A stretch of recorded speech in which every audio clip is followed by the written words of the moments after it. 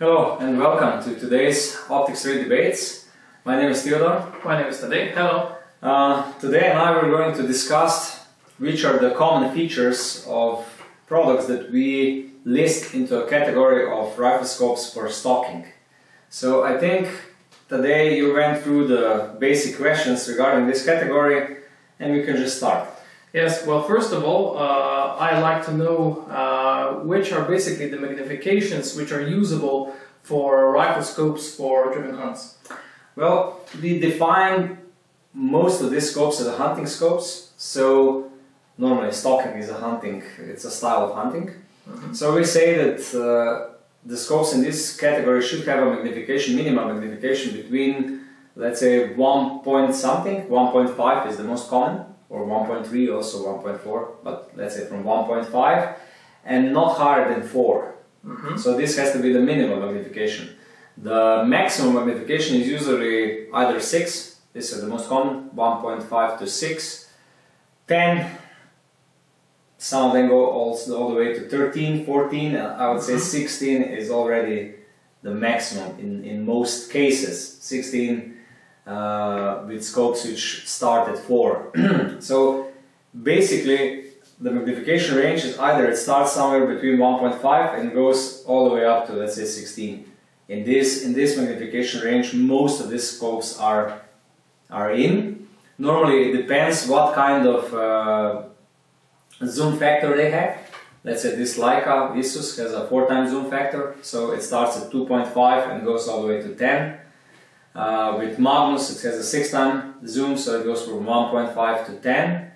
And with the Z8 Swarovski, which has 8x zoom factor, the lower magnification is 1.7 and the higher magnification is 13.3. So interestingly enough, we have here a Zeiss Conquest V4 with magnification. I think this one is from 4 to 16, and we also classify this one as a riflescope for stalking. Yeah, but it's on the upper limit, I would say. The 4x magnification is already maximum where the magnification should start. So for the minimal magnification, 4 is already a lot, because with stalking, first of all, a lot of shots in stalking is done from a stick or a pole. So you need lower magnification to be able to shoot accurately, I would say, from a hand or from a stick. With a higher magnification it's a little bit harder to make a hit. Second of all, with stalking, a hunter can come into a situation quite often when it needs a wide field of view, because it needs to do a shot on really close range. Because you're stalking and it happens that then you see, let's say, a deer on 20-25 meters and you need to shoot it, or maybe 50 meters already, but with such a close range you need lower magnification. Lower end of the scope has to offer wide field of view. So this is the reason why 4x 4 to 16 scope is a little bit unpractical. But on the other hand, this stalking scope 4 to 16 by 44, it is meant for stalking in the mountains, because with the traditional stalking riflescope 1.5 to 6, with a magnification range from 1.5 to 6, it's usually hard to do a shot on a longer range in the mountains, where mountain hunting, which is also done by stalking, is usually done. So this is the reason why we list also some scopes with a higher magnification, because they're meant for stalking in the mountains. You can also stalk with all of this, which have at least 10x magnification, or this Swarovski has 13.3, so that you have a magnification above 6, I would say, at least, so that you are able to do a little bit longer shot in the mountains, usually from a backpack or from a prone or lying position. So this is the reason why we also list these scopes into the category of riflescopes for stalking, even though they have a higher magnification. Well, I know briefly that the lens diameter, which is from 32-44, is suitable for stalking this kind of. I would say 32 is the minimum, or 30 somewhere there, and 44 is the absolute maximum. Yes. The golden standard is 42.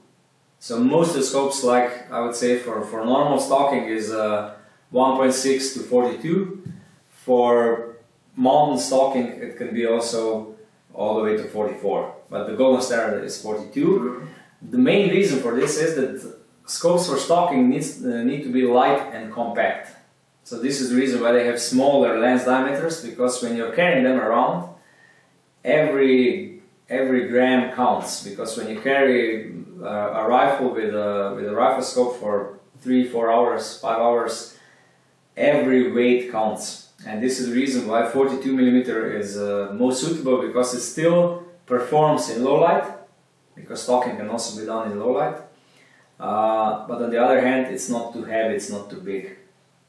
Yes, we can see this size is also quite long actually. Yeah, but it's still light. It's still light. It's not a problem. You can still use it for, let's say, mountain stalking in the mountains. But basically, anything what has a lens diameter bigger than 44 will usually be too heavy for stalking. We described in our previous episode that with driven hunt rifle scopes, it's of paramount for the rifle scopes of this type to have illumination. Does the same apply for this rifle scopes for stalking, or not really? Normally, illuminated reticle is a plus. All these rifle scopes have a second focal plane reticle, at least a big majority of them. And stalking, it's not. It can be done also at low light, but it's not the rule. So the reason for the illuminated reticle, I would say it's good if the rifle scope has an illuminated reticle, but it's not the most important feature. So this is the reason why you can also find non-illuminated models in this category. Like this size is a non-illuminated, because in the mountains you usually don't need illuminated reticle because hunting is done during the day. But normally in this premium sector, all the scopes have the illuminated reticle by default. The reticle itself in this category are second focal plane, and in almost all rifle scopes, basic hunting styles. So either number 4 reticle, duplex reticle, something without lines, without anything. They mostly feature really basic hunting reticles, because these scopes are not by default meant for long range shooting. So a reticle can be really, really basic. It can be either duplex or number 4. If I say something about the turret types, majority of all of these scopes have a normal hunting capped turrets, because you just zero the scope once and then you leave the turrets alone, because they are not meant for long range shooting by default. For those models which are meant for, let's say, stalking in the mountains, they come equipped, especially if they are from the premium class, like Swarovski, Zeiss, Leica and so on. They can come equipped with a bullet drop compensation turret, so the BDC turret, but it's not a rule. This is just an added bonus, I would say. But in most cases, with these scopes, with this class of scopes, you won't need a BDC turret. So, and as you mentioned, the size and weight does matter with this sort of rifle scopes. They are usually really, really small, really, really light. This is the reason why I also took these two scopes. Because sometimes we get questions, can I do stalking with a driven hunt, with a scope made for driven hunt?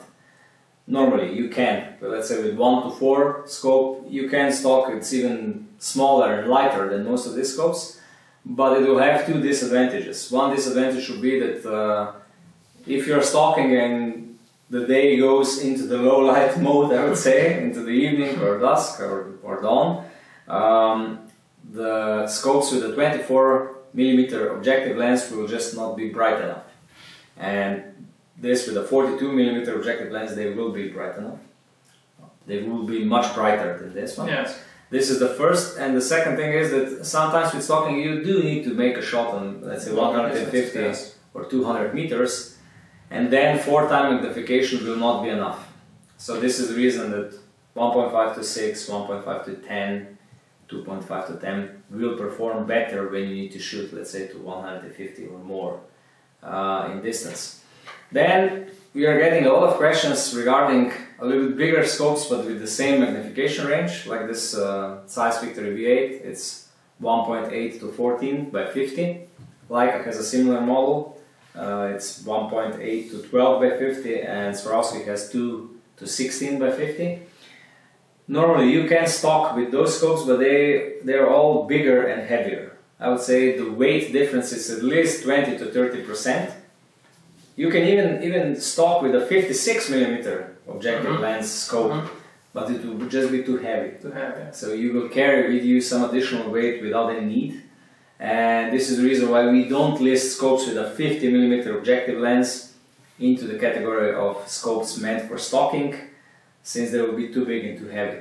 Basically, it doesn't sound quite logical if you have a rifle which is not so heavy and have a rifle scope with 2 kilos or something like this. Yeah, it's installed on the rifle. It's usually from 500 to 700 grams, somewhere here. It's the optimal weight for rifle scopes for stocking. And scopes with a 50mm objective lens are usually heavier and not the best choice.